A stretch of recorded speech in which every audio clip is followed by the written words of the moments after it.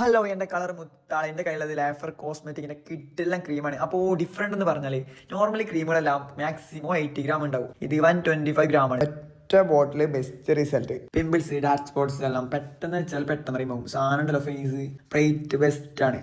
No side effect, അതാണ് main. അപ്പോൾ സാധനം വേണ്ടവരെല്ലാം മാക്സിമം ഓർഡർ ആക്കാം. Okay, by.